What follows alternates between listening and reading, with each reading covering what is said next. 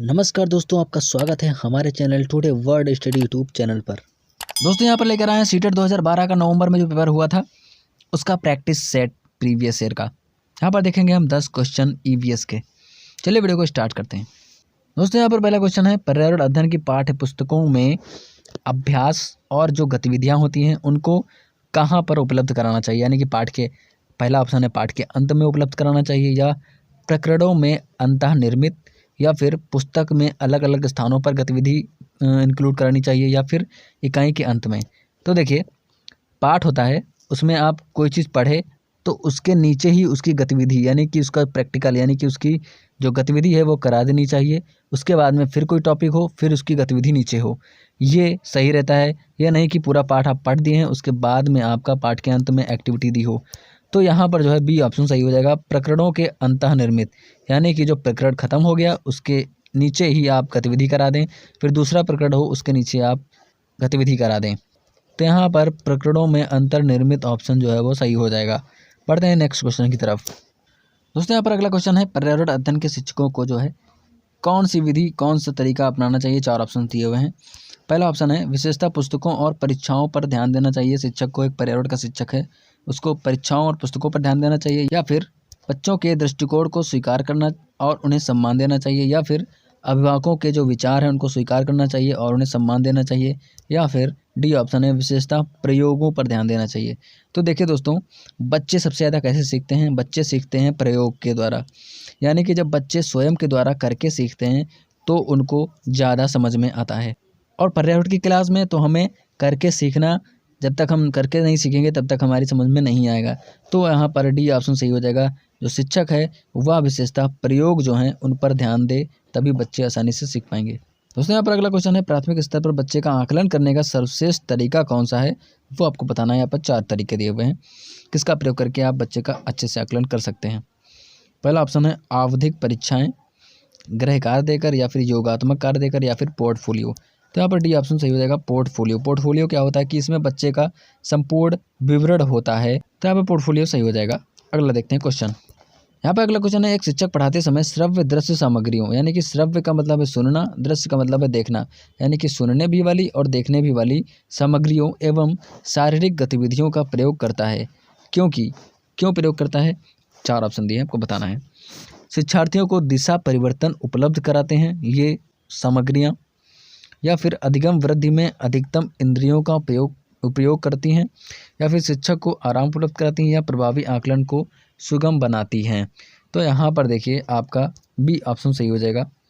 देखिए, जब बच्चा सुनता है किसी चीज़ को और देखता है, जैसे कि आप मूवी ही देख लो, आप मूवी को सुनते हैं और देखते हैं, तो इसमें आपकी जो इंद्रियां हैं यानी कि जो कान और आँख जो आपकी इंद्रियां हैं ये अधिकतम उपयोग होती हैं। यानी कि जब सुनने और देखने वाली सामग्रियों का प्रयोग करेंगे तो बच्चों का जो ध्यान है वह भी विषय पर केंद्रित होगा। यानी कि उनकी जो 2 इंद्रियां हैं, कान और आँख है, वह जो है वो विषय पर केंद्रित होंगी, है ना। तो यहाँ पर अधिगम जो है उसमें वृद्धि होगी, यानी कि जो सीखना है उसमें वृद्धि होगी। तो यहाँ पर बी ऑप्शन सही हो जाएगा। आगे देखते हैं अगला क्वेश्चन। दोस्तों यहाँ पर अगला क्वेश्चन है, सीमा प्रत्येक पाठ को जो है रटकर तुरंत सीख लेती है, लेकिन जबकि जो लीना है वह चर्चा एवं ब्रेन स्टॉर्मिंग यानी कि मस्तिष्क आलोडन के बाद प्रत्येक पाठ को अच्छे से समझती है, रटती नहीं है। तो यह कौन से विकास के सिद्धांत की ओर संकेत करता है? तो यहाँ पर देखिए ए ऑप्शन सही हो जाएगा आपका, वैयक्तिक भिन्नता। वैयक्तिक भिन्नता क्या होती है कि प्रत्येक व्यक्ति की सीखने की क्षमता जो है वह अलग अलग होती है ना। कोई व्यक्ति जल्दी सीखता है, कोई व्यक्ति देर में सीखता है ना। तो हर व्यक्ति की सीखने की क्षमता अलग अलग होती है, इसी को वैयक्तिक भिन्नता कहते हैं। तो वो जो सीमा है ये पाठ को तुरंत रट लेती है, लेकिन जो लीना है वो उसको उस पर चर्चा करती है, उसके बाद में उसको समझती है।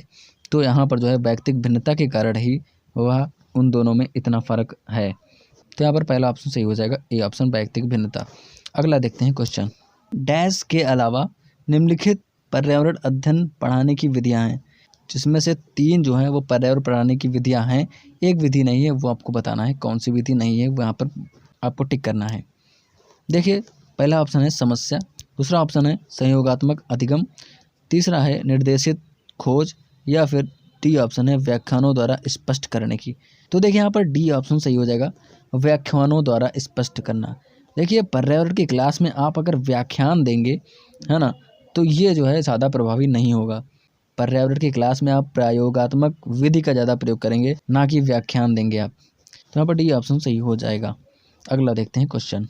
यहाँ पर अगला क्वेश्चन है दोस्तों, पर्यावरण अध्ययन की कक्षा में संकल्पनाओं को स्पष्ट करने के लिए आप कविताएं और कहानी कथन का जो प्रयोग करते हैं वो किसके लिए करते हैं? पहला ऑप्शन है सही दिशा में विद्यार्थियों की ऊर्जा का सरलीकरण करने के लिए, या फिर पाठ को आनंददायी और रोचक बनाने के लिए, या फिर स्थानीय एवं वैश्विक स्तर पर संसार की जो प्रकृति है उसको खोजने के लिए और कल्पना शक्ति की योग्यता में बढ़ावा देने के लिए, या फिर शिक्षार्थियों में निहित भाषा एवं सांस्कृतिक विविधताओं का ध्यान रखने के लिए। तो देखिए यहाँ पर सी ऑप्शन सही हो जाएगा। बड़ा ही सिंपल सा है क्वेश्चन, क्योंकि इसमें देखिए जब बच्चे कहानी सुनते हैं तो वो अपने मन में एक काल्पनिक चित्र बनाते हैं और उनकी जो कल्पना की योग्यता है वो बढ़ती है इससे।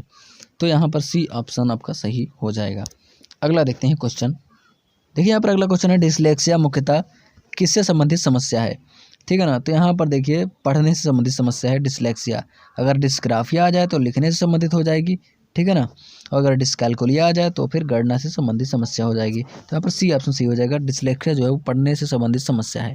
दोस्तों अगला क्वेश्चन है यहाँ पर सहयोगात्मक अधिगम, यानी कि जब कुछ बच्चे अपने आपस में ही सहयोग कर कर अधिगम करते हैं, यानी कि आपस में बातचीत करके सीखते हैं, तो उसमें जो है पुराने एवं अधिक दक्ष, यानी कि जो अधिक जानकार बच्चे हैं वह छोटे और कम कुशल, यानी कि जो कम जानकार विद्यार्थी हैं उनका आकलन करते हैं। तो इसका परिणाम क्या होता है? ये आपको 4 ऑप्शन दिए, इसमें बताना है। उच्च नैतिक विकास होता है, या फिर समूहों में द्वंद्व होता है ना, या फिर गहन प्रतियोगिता होती है, या फिर उच्च उपलब्धि और स्वगरिमा होती है। तो यहाँ पर डी ऑप्शन सही हो जाएगा। देखिए जब यहाँ पर सहयोगात्मक अधिगम होगा तो वहाँ पर उच्च उपलब्धि की प्राप्ति होगी और स्वगरिमा होगी। तो यहाँ पर डी ऑप्शन सही हो जाएगा। हमारा नेक्स्ट क्वेश्चन है आगे, अल बरूनी जिस देश से आया था उसका क्या नाम था? तो यहाँ पर आप समझ लीजिए ये क्वेश्चन भी इम्पॉर्टेंट है, कई एग्जाम्स में आ जाता है। तो जो अल बरूनी था वह उज्बेकिस्तान से आया था। यहाँ पर बी ऑप्शन सही हो जाएगा आपका। और आपको बता दें इसने जो है भारत के इतिहास के ऊपर एक किताब लिखी थी, तारीख ए हिंद किताब जो है, तारीख ए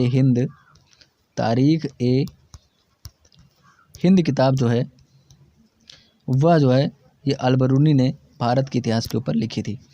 तो बस दोस्तों आज थे ये 10 क्वेश्चन ईवीएस के। उम्मीद है आपको ये प्रीवियस का प्रैक्टिस सेट समझ में आया होगा। तो दोस्तों बने रहिए हमारे चैनल के साथ, सब्सक्राइब कर लीजिए हमारे channel today word study YouTube channel को, क्योंकि मैं रोजाना ही सीटेट से रिलेटेड और यूपी टेट से रिलेटेड विभिन्न टॉपिक पर वीडियोस लाता रहता हूँ। मिलते हैं नेक्स्ट वीडियो में, तब तक के लिए जय हिंद।